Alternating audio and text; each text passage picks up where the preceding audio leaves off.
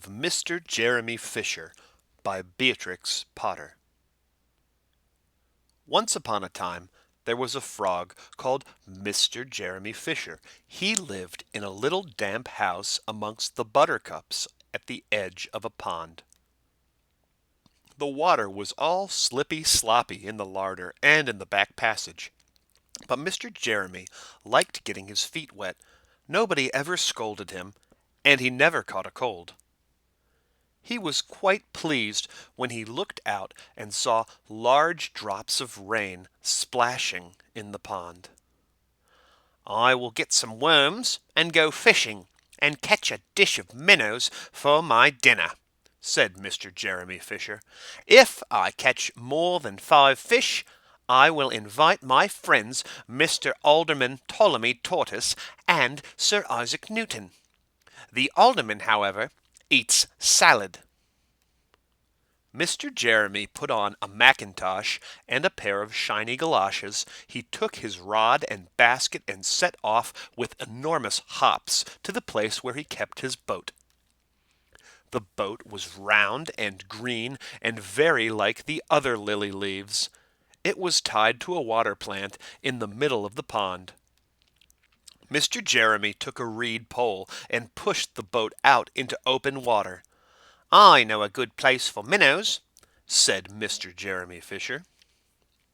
Mr. Jeremy stuck his pole into the mud and fastened his boat to it.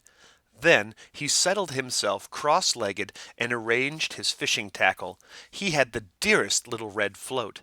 His rod was a tough stalk of grass, his line was a fine long white horsehair, and he tied a little wriggling worm at the end. The rain trickled down his back, and for nearly an hour he stared at the float. "This is getting tiresome. I think I should like some lunch," said Mr. Jeremy Fisher. He punted back again amongst the water plants and took some lunch out of his basket. "I will eat a butterfly sandwich and wait till the shower is over," said Mr. Jeremy Fisher. A great big water beetle came up underneath the lily leaf and tweaked the toe of one of his galoshes. Mr. Jeremy crossed his legs up shorter, out of reach, and went on eating his sandwich.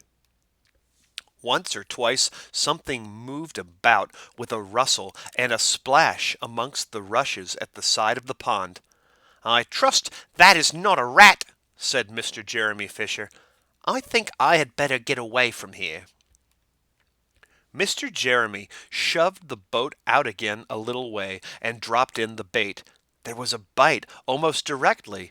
The float gave a tremendous bobbit. "A minnow! A minnow! I have him by the nose!"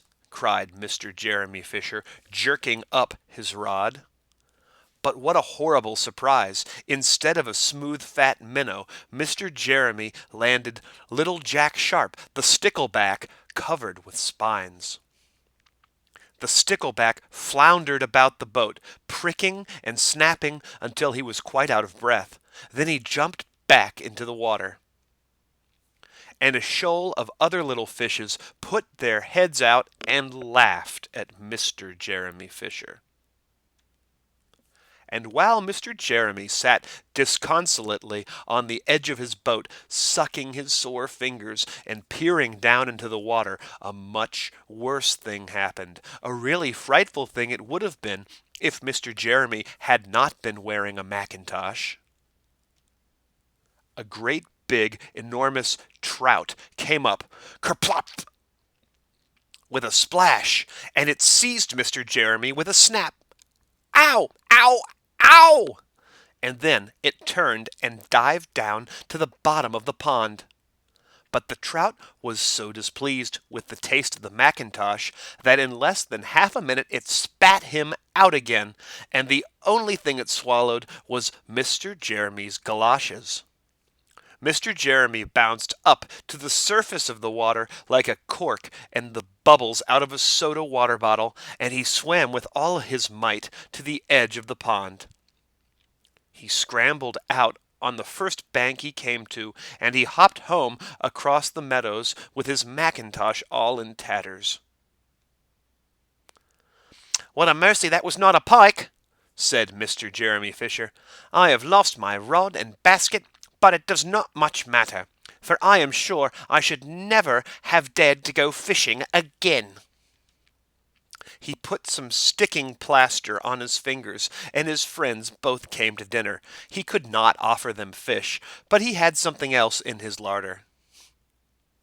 Sir Isaac Newton wore his black and gold waistcoat, and Mr. Alderman Ptolemy Tortoise brought a salad with him in a string bag.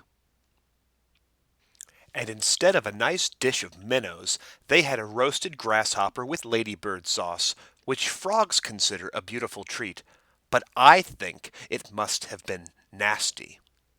The end.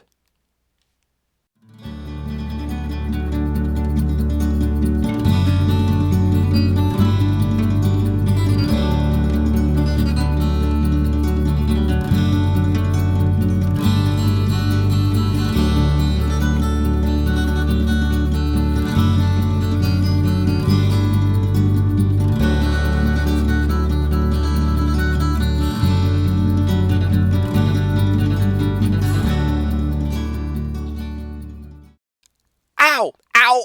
Ow!